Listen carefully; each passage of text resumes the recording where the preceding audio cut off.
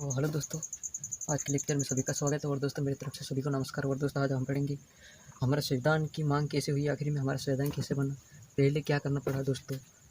जो ब्रिटिश आई थी दोस्तों, अंग्रेज लोग आए थे, तो दोस्तों भारत को आज़ाद होने तक संविधान की मांग कैसे हुई, इसी के बारे में आज बात करेंगे दोस्तों। और ये टॉपिक है ना दोस्तों, बहुत महत्वपूर्ण है, खास करके MPPSC और UPSC वालों के लिए। दोस्तों 27 जून को UPSC है और MPPSC 20 जून को है दोस्तों। तो ये टॉपिक में है ना, ये बैकग्राउंड में जितने भी नियम बने हुए हैं, जैसे रोल एक्ट, कंपनी शासन, फिर 1935 का अधिनियम, फिर 1909 का अधिनियम है, फिर एक क्विट इंडिया 1784 को यह अधिनियम है दोस्तों। और स्वतंत्रता हुआ था हमारा देश 1947 का जो अधिनियम है, उन अधिनियम से पूछा जाता है दोस्तों। तो हमारा संविधान किस तरह से मांग हुई संविधान बनाने के लिए, अंग्रेजों के ज़माने से मतलब आज़ाद होते तक संविधान 1946 को गठन हुआ था संविधान सभा का। तो दोस्तों हम यही जानेंगे आज कि क्या हुआ था। तो दोस्तों ये क्वेश्चन महत्वपूर्ण हो जाते हैं, खासकर UPSC और MPPSC वालों के लिए। और दूसरा तो SSC में कुछ होगा दोस्तों, हाँ SSC में आ सकता है दोस्तों, SSC CGL में आता है दोस्तों। तो दोस्तों देख लेते हैं। ब्रिटिश यहाँ आई थी 1600 में, जो कि एक कंपनी ईस्ट इंडिया कंपनी लेकर आई थी व्यापार करने के लिए। तो दोस्तों क्या हुआ, धीरे धीरे वो व्यापार तो करने लगी, और एक चार्टर द्वारा उसको बहुत महाराज रानी एलिजाबेथ द्वारा एक चार्टर उसको दिया गया, जिसके तहत वो बहुत सारे अधिकार प्राप्त कर ली इंडिया में व्यापार करने के लिए। तो दोस्तों उसने क्या किया, फिर 1765 में उसने, तो दोस्तों लिख लीजिए 1765 में उड़ीसा फिर बंगाल, बिहार, यहाँ पे वो दीवानी के अधिकार प्राप्त कर ली थी, राजस्व के लिए, राजस्व एवं न्याय के अधिकार प्राप्त कर ली थी। फिर वो सोच रही थी दोस्तों, अब उसको वहाँ तो फिर वो भारत में क्षेत्रीय शक्ति बनने लग गई थी धीरे धीरे। तो दोस्तों धीरे धीरे यहाँ पे दीवानी जो कि राजस्व न्याय की शक्तियाँ प्राप्त हो गई थी, बहुत सारा कर लेती थी, और दोस्तों उसको फ़ायदा हो रहा होगा। फिर उसने सोचा होगा कि क्यों नहीं मैं यहाँ पे अपना क्षेत्र जमाने लगूँ, फिर और ज़्यादा पैसा मुनाफा भी होगा, जिससे वो फिर उसने सोचने लगी। तो दोस्तों फिर क्या हुआ, क्षेत्रीय शक्ति तो बनने लगी थी वो, मतलब दोस्तों वो राजनीति और प्रशासन करने धीरे धीरे शुरू हो गई थी। फिर 1858 का जो एक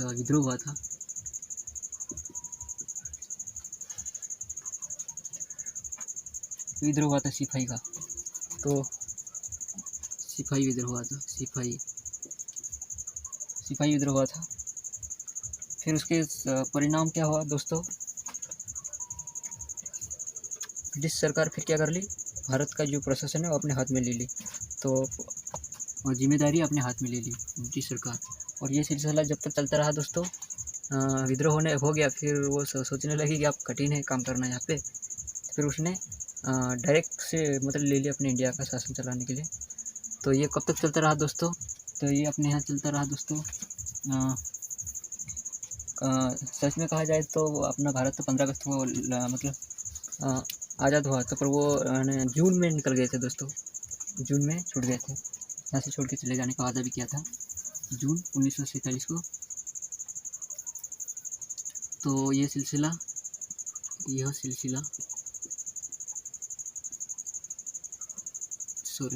या प्रक्रिया 15 अगस्त 1947 तक चलती रही दोस्तों।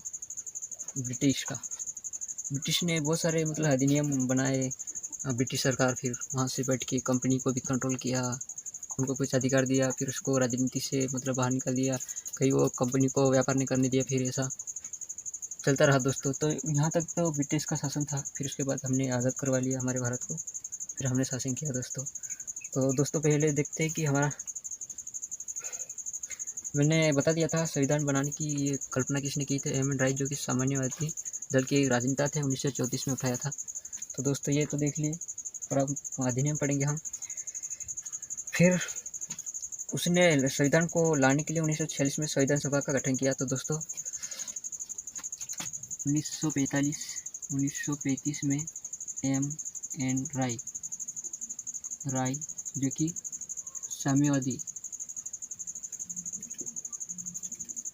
नेता थे। उन्होंने संविधान को लाने के लिए प्रेरणा दिया और उसने फिर 1946 में संविधान सभा का गठन हुआ। संविधान सभा गठन हुआ 1946 में संविधान सभा का गठन हुआ। फिर वो 26 जनवरी 1950, तो लिख लेते दोस्तों 26 जनवरी 1950 को अस्तित्व में आया। अस्तित्व ये अमल में आया दोस्तों।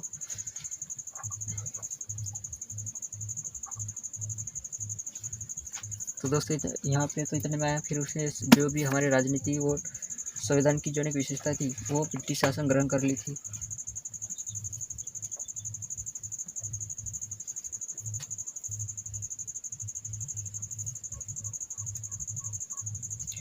ब्रिटिश सरकार ने ऐसी घटना, मतलब दोस्तों ब्रिटिश शासन में कुछ ऐसी घटना हुई जिसके कारण ब्रिटिश शासन भारत में सरकार और प्रशासन की विधिक रूप से रूपरेखा निर्मित की गई और वहाँ पे बहुत सारी घटना हुई जिसका हम क्रमवार समझते हैं कि क्या क्या घटना हुई थी दोस्तों। तो पहला है कंपनी का शासन चलता है दोस्तों। ये चलता है कंपनी का शासन। तो दोस्तों यहाँ पे लिख लेते कंपनी का शासन। कंपनी का शासन ये शासन 1858 यहाँ तक चलता है कंपनी का शासन। फिर दोस्तों पहला आता है रोल एक्ट। सॉरी यार,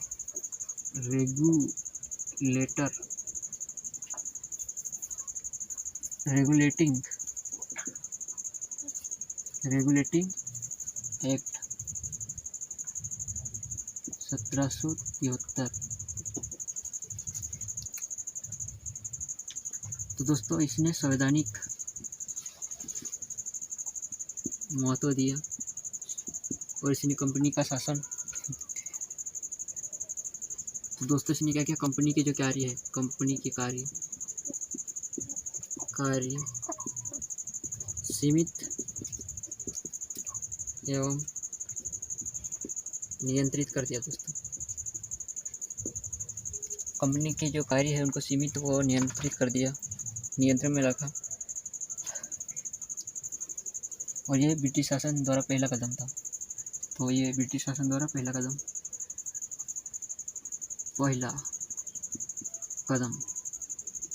पहली बार इसने किया ब्रिटिश सरकार।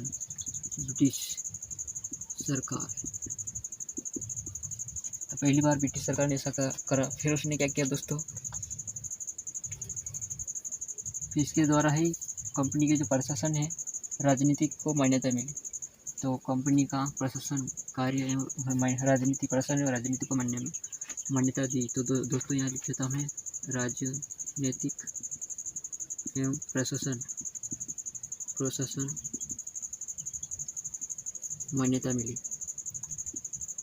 मान्यता दी गई या मान्यता मिली, ये लिख लेते दोस्तों। और इंडिया में केंद्रीय प्रशासन की नींव रखी गई। केंद्रीय प्रशासन भारत में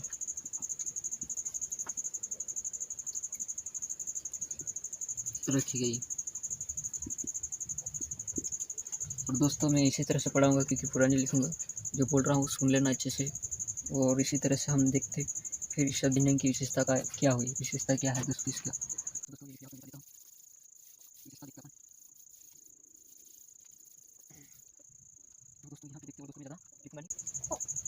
विशेषताएं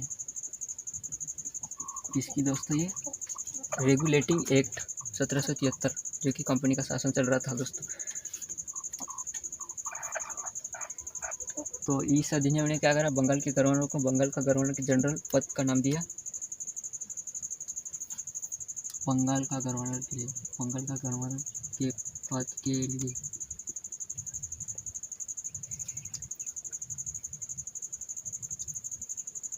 बंगाल के गवर्नर के पद के लिए तो इसने गवर्नर वाइसराय कर दिया दोस्तों। गवर्नर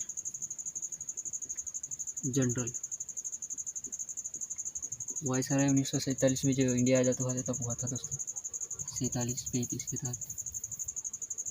तो ये है इसकी विशेषताएं। आज का टॉपिक जरा इसके द्वारा क्या है, बंगाल, मुंबई, मद्रास, ये गवर्नर है। ये बंगाल के गवर्नर के अधीन हो गए, बंगाल के गवर्नर के अधीन हो गए, अधीन हो गए। वीडियो तो लंबी जाएगी ऐसा लग रहा है मेरे को, जबकि ये पहले अलग अलग थे, पर वो आप एक में हो गए, बंगाल के तहत हो गए पूरे। मुंबई मद्रास अलग अलग थे, अब 1773 के ये एक आया अधिनियम, उसके तहत वो मिल गए दोस्तों। फिर उनको फिर और आगे और इनको अलग कर किया जाएगा दोस्तों, तो आगे देखेंगे हम।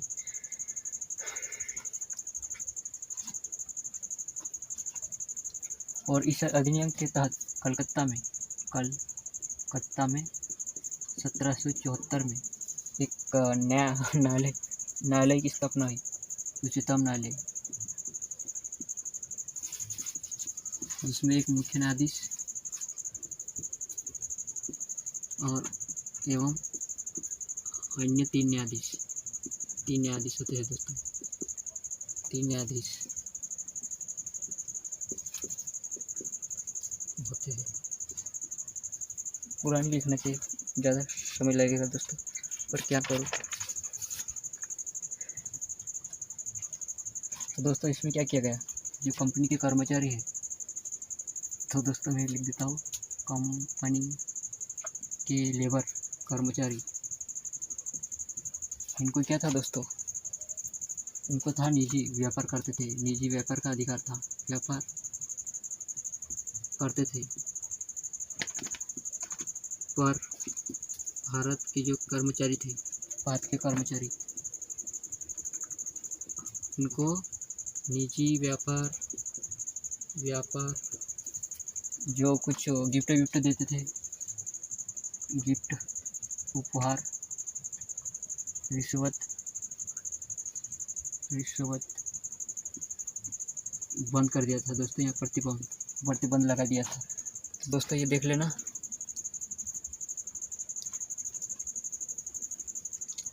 तो दोस्तों इसके द्वारा क्या, ब्रिटिश सरकार का, ब्रिटिश गवर्नमेंट का कोर्ट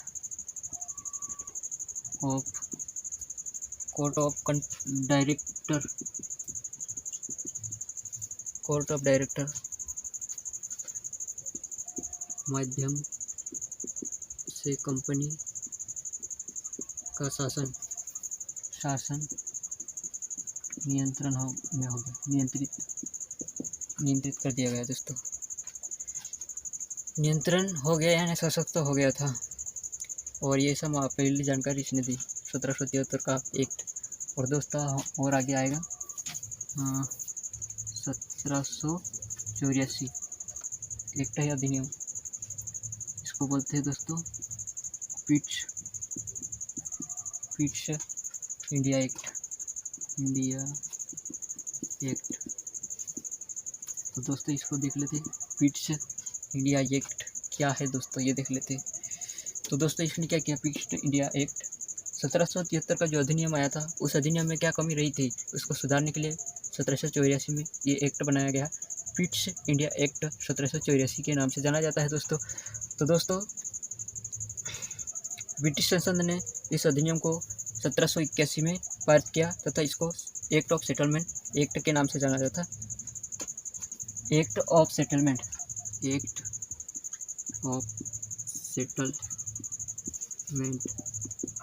के नाम से जाना जाता था दोस्तों। फिर इसने क्या किया दोस्तों, देख लेते इसकी विशेषताएं। तो विशेषताएं देख लेते इसकी विशेषताएं। कंपनी के जो दोस्तों, कंपनी के वाणिज्य एवं राजनीतिक कार्य अलग कर दिया दोस्तों, अलग अलग कर दिया। कंपनी के जो राजनीतिक जो कार्य था उनको अलग अलग कर दिया।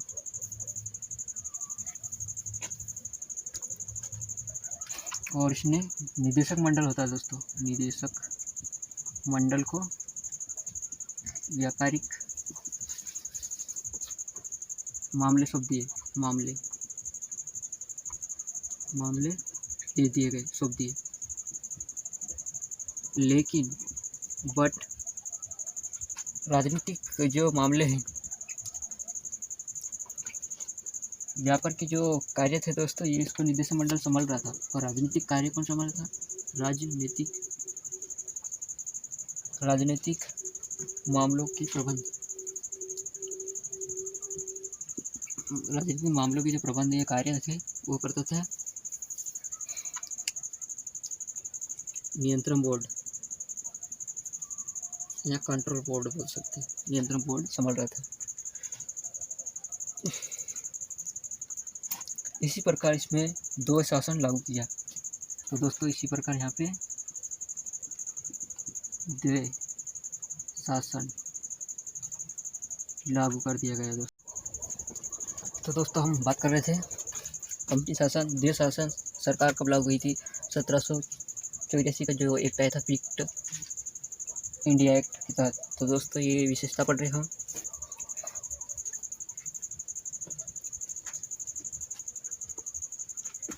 इसके तहत कहा गया है नियंत्रण बोर्ड को ब्रिटिश जो गवर्नमेंट बोलती है कि नियंत्रण बोर्ड को जो भी उसके शासन के अंदर आती है वहाँ पे आप कंट्रोल करके रखो, वहाँ पे आप शासन चलाते रहो। तो दोस्तों नियंत्रण बोर्ड को कहा गया है, नियंत्रण कंट्रोल बोर्ड को ब्रिटिश सरकार कहती है कि जो भी भारत का क्षेत्र जो कि ब्रिटिश सरकार के अंदर आता है, वहाँ पे अपन ब्रिटिश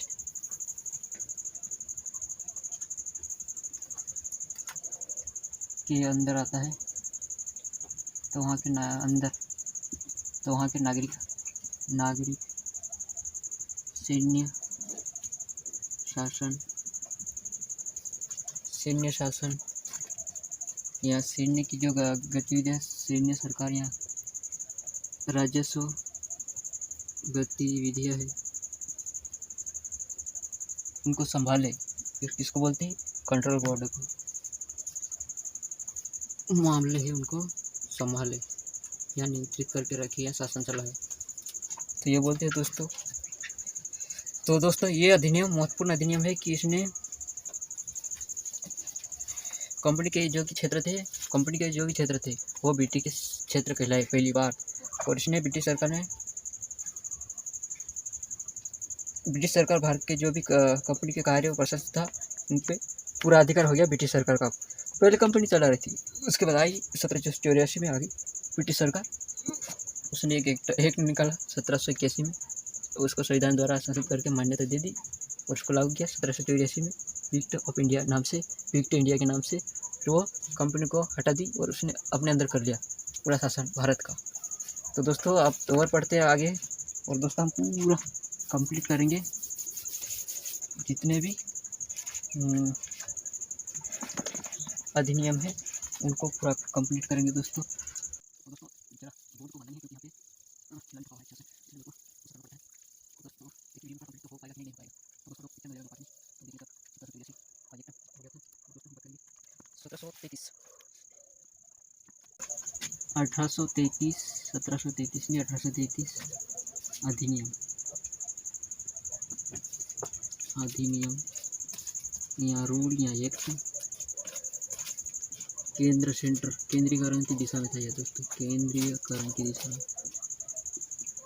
की दिशा में था ये दोस्तों। और इस अधिनियम ने बहुत सारा पहले दोस्तों बंगाल के गवर्नर जनरल को 1773 का एक्ट था, उनको बंगाल का गवर्नर जनरल बना दिया था गवर्नर को। और इसमें मुंबई और मद्रास के जो क्षेत्र थे उनको भी एक में समाहित कर दिया था दोस्तों। तो इसमें क्या किया दोस्तों, भारत का गवर्नर जनरल बना दिया, बंगाल के गवर्नर जनरल को। तो इसने क्या किया दोस्तों, बंगाल का गवर्नर को भारत का गवर्नर जनरल बना दिया। तो दोस्तों ऐसे ही पूछा, ज़्यादा नहीं पूछता इस विषय में, ऐसे महत्वपूर्ण खबर पूछता है। और दोस्तों इसमें सभी शक्तियाँ थी, नागरिक शक्तियाँ और सैन्य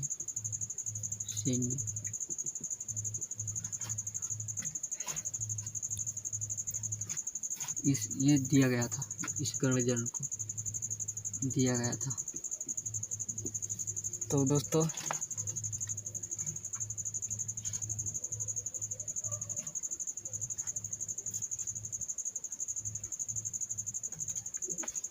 और दोस्तों ये क्या किया था, भारत के जितने भी ब्रिटिश सरकार के जो भी क्षेत्र थे उसको भारत के जो मतलब नियंत्रण में था, उसको पहला मतलब कब्जे में ले लिया, उसका पूरा नियंत्रण किया गया था दोस्तों। तो ये नहीं लिखना चाहिए। तो सैन्य शक्तियाँ थी और ऐसा पहली बार किया, ब्रिटिश सरकार के जो भी सारे इलाके थे उसको कंट्रोल में लाया गया दोस्तों। और पहला गवर्नर जनरल था दोस्तों, पहला गवर्नर जनरल कौन था दोस्तों, William Bentinck, Lord William Bentinck, governor general Bharat का लॉर्ड विलियम बेटिंग, ये था दोस्तों 1833 के अधिनियम के तहत।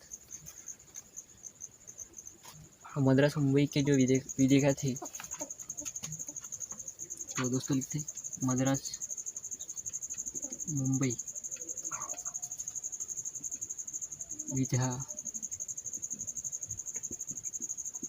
शक्ति से वंचित कर दिया, मना कर दिया। मद्रास मुंबई की जो विधेयक संबंधी जो शक्तियाँ थी उससे मना कर दिया।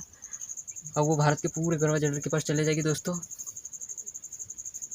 और ब्रिटिश भारत में असीमित अधिकार दे दिया गया है, विधायिका की सीमित भी नहीं दे, अनलिमिटेड मिल गए।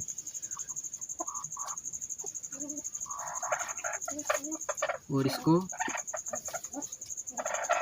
गवर्नर जनरल के अधीन हो गए, गवर्नर जनरल को असीमित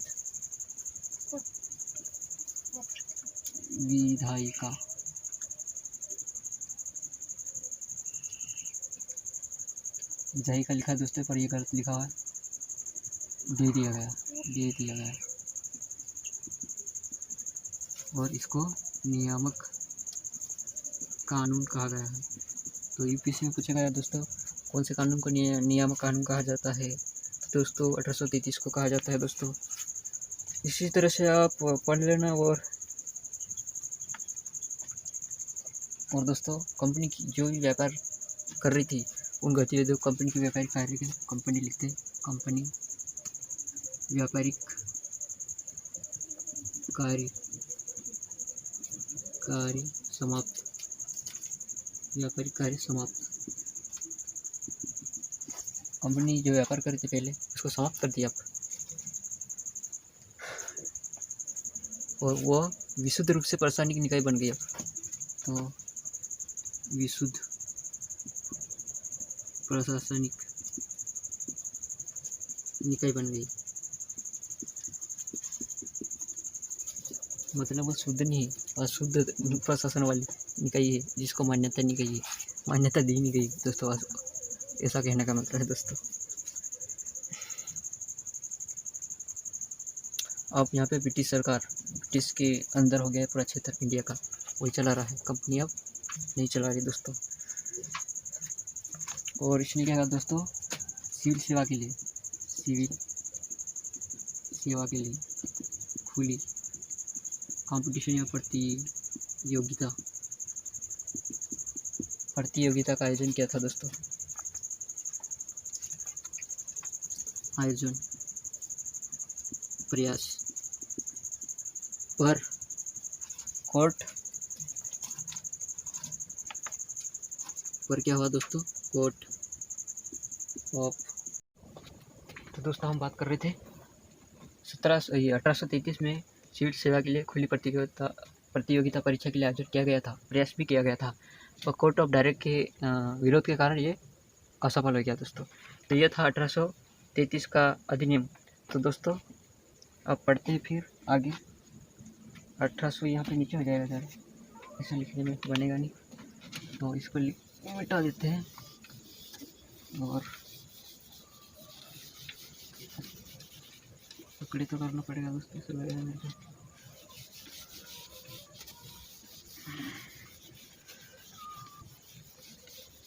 पढ़ते हैं 1853 का अधिनियम, 1853 एक्ट। 1853 में क्या करा गया है दोस्तों, चार्टर अधिनियम है दोस्तों ये। तो दोस्तों ये अंतिम अधिनियम था और ये संविधान की दृष्टि से महत्वपूर्ण अधिनियम था दोस्तों। तो दोस्तों इसने पहले गवर्नर जनरल परिषद विधायी परिषद कार्य से कर दी। तो दोस्तों ये गवर्नर जनरल विधायी कार्य को प्रशासनिक कार्य से अलग कर दिया। विधायी कार्य होता है उनको प्रशासन से अलग कर दिया। सॉरी मैं कुछ और बोल रहा हूँ, विधायी और प्रशासन कार्य को अलग कर दिया। तो यहाँ पे लिखा विधायी एवं प्रशासनिक कार्य को अलग कर दिया।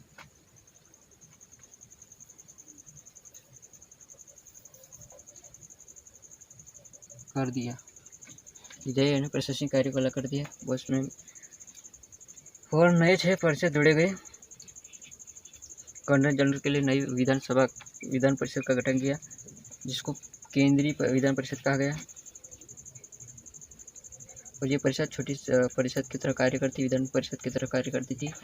यह प्रक्रिया अपनाई गई, ब्रिटिश अपनाई गई इस प्रकार की विधायी का पहली बार सरकार विशेष रूप से मशीनी प्रक्रिया की जरूरत थी। तो दोस्तों इसने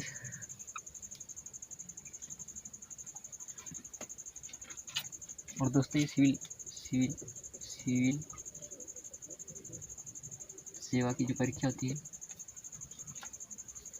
सेवकों की भर्ती के लिए,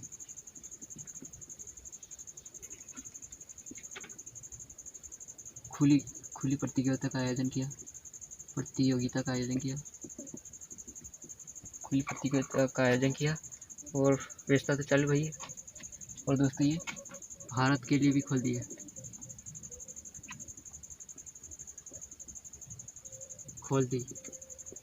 और 1834 के लिए मेघालय समिति आई दोस्तों, सिविल सेवा की भर्ती के लिए आई थी मेघालय समिति। 1834 में दोस्तों 1854 में आई थी मेघालय की समिति सिविल सर्वेंट की नियुक्ति के लिए। और दोस्तों कुछ गलती होगी तो माफ़ कर देना दोस्तों, क्योंकि मैं इंसान हूँ, भगवान नहीं। और कंपनी का जो भारत का शासन, कंपनी का शासन विस्तारित कर दिया दोस्तों, कंपनी के शासन को विस्तारित कर दिया। और इंग्लैंड में राज्य विश्वास के था, इंग्लैंड का जो राजा है, तो दोस्तों यहाँ लिख देते हैं इंग्लैंड राज्य के तहत रखने का राजा के तहत रखने का निर्णय लिया, डिसीजन।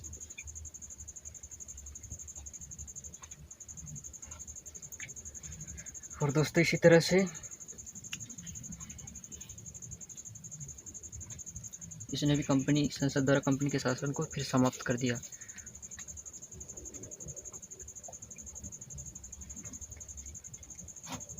भारत में जो विधान परिषद है, भारतीय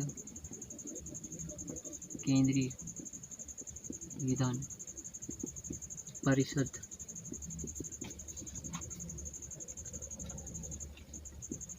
स्थानीय प्रतिनिधि, स्थानीय प्रतिनिधि आराम कर दी या प्रारंभ कर दी, प्रारंभ किया, जिसके तहत क्या हुआ दोस्तों, 4 का चुनाव बंगाल, ये लिखा है बंगाल दोस्तों, बंगाल, मद्रास, मुंबई और आगरा, मुंबई आगरा, स्थानीय नहीं है, स्थानीय प्रांतीय सरकार द्वारा किया जाएगा, स्थानीय प्रांतीय सरकार द्वारा किया जाएगा। ये 1853, इसमें कहा गया है कि पहले गवर्नर जनरल के जो विधायी प्रशासनिक कार्य था उनको अलग कर दिया, फिर उसने केंद्रीय विधानसभा के लिए एक ऐसा सभा बनाई जिसके तहत वो संसद शासन को चला सके, ब्रिटिश सरकार, और इसने सिविल सेवा के लिए खुली प्रतियोगिता का आयोजन किया, जिसके तहत इसमें इंडिया के लिए भी खुल दिया। फिर तो 1854 में एक मेघालय की समिति आई और सत्येंद्र नाथ बोस, जो कि पहले अपने इंडिया के सिविल सर्वेंट है दोस्तों, सत्येंद्र नाथ बोस, रविंद्रनाथ टैगोर के वही थे दोस्तों।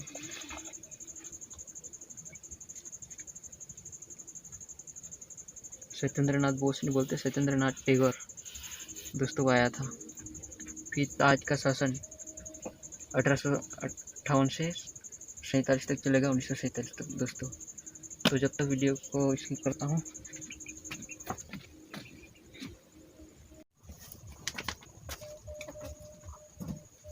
तो हाल दोस्तों हम देख लेते हैं 1800 का जो अधिनियम आया था, 61-58। तो दोस्तों ये 1858 का अधिनियम है, जिसको बोलते दोस्तों भारत में अच्छा शासन करने वाला अधिनियम आया है, ताज का शासन बोलते हैं, जो कि दोस्तों एक सिर्फ 1857 में विद्रोह हुआ था, उसके बाद आया था दोस्तों स्वतंत्रता के लिए। यहाँ सिपाही विद्रोह बोलते हैं, यहाँ भारत में अच्छा शासन करने वाला अधिनियम बोलते दोस्तों। इसके तहत क्या हुआ दोस्तों, जो ईस्ट इंडिया कंपनी अपना व्यापार करते वो समाप्त कर दिया, और राज्य समृद्धि और गवर्नर क्षेत्र के जो भी अधिकार थे ब्रिटिश शासन को दे दिया गया था। तो इस अधिनियम में ये क्या बोला है दोस्तों, भारत का शासन अब महारानी विक्टोरिया के हाथों में चले गया दोस्तों, महारानी विक्टोरिया के हाथों में चले गया, और गवर्नर जनरल का जो पद का नाम था उसका वायसराय कर दिया, और प्रथम वायसराय था लॉर्ड कैनिंग, और इसकी सहायता के लिए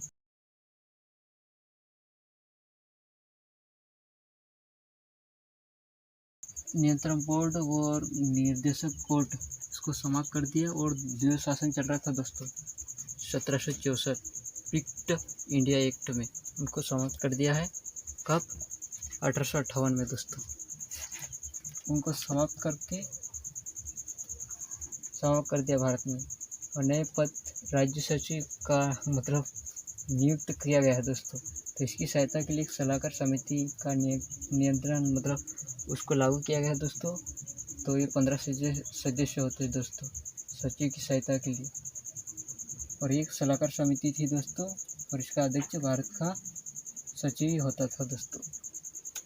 तो दोस्तों ये इसकी सहायता के लिए नहीं है ना दोस्तों, वायसराय के लिए, ये सचिव की सहायता के लिए एक 15 सदस्य की एक समिति बनाई गई, सलाहकार समिति बोलते दोस्तों। ये वायसराय के लिए है, और यहाँ से समाप्त होता है 1858 का अधिनियम। अब आता है 1861 का अधिनियम दोस्तों। तो दोस्तों ये आप कंपनी वाले समझ गए थे, या ब्रिटिश सरकार, कंपनी वाले तो समाप्त हो गए थे पहले तो दोस्तों, और ब्रिटिश सरकार ये समझ गई कि अब भारत में विद्रोह हो गया था दोस्तों, तब भारत में शासन चलाने के लिए अब महत्वपूर्ण हो जाता है इंडिया के लोगों को रखना प्रतिनिधि के तौर पे। तो दोस्तों ब्रिटिश सरकार फिर इंडिया वाले व्यक्ति को भर्ता करना शुरू कर दिए, ताकि लोग हमारा मतलब विश्वास कर सके कि हम ऐसे नहीं हैं, बुरे नहीं हैं, हम अच्छा काम कर रहे हैं। इसीलिए दोस्तों फिर ऐसा किया गया है दोस्तों। तो इस यहाँ पे 3 अधिनियम बने हैं दोस्तों ब्रिटिश सरकार। तो पहले हम देख लेते 1861। तो इस अधिनियम में क्या हुआ दोस्तों कि हमारे भारत में कानून बनाने के लिए इंडिया वाले को रखा गया है दोस्तों, और उनको कुछ जो हमारे वायसराय है वो भारत के 3 व्यक्ति को रखे हैं। तो उसमें उनके नाम है दोस्तों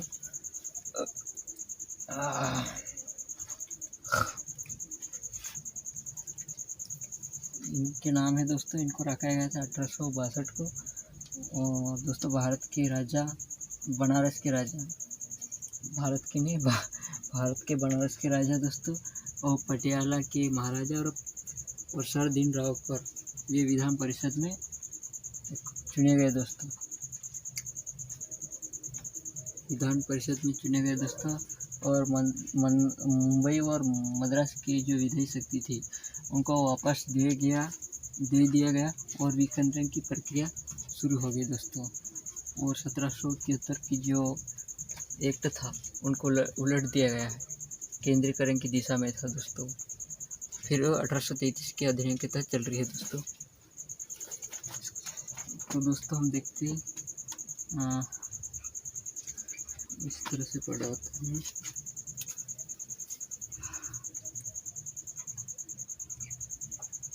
इस विधायी शक्ति के कारण दोस्तों जो प्रांत है उनको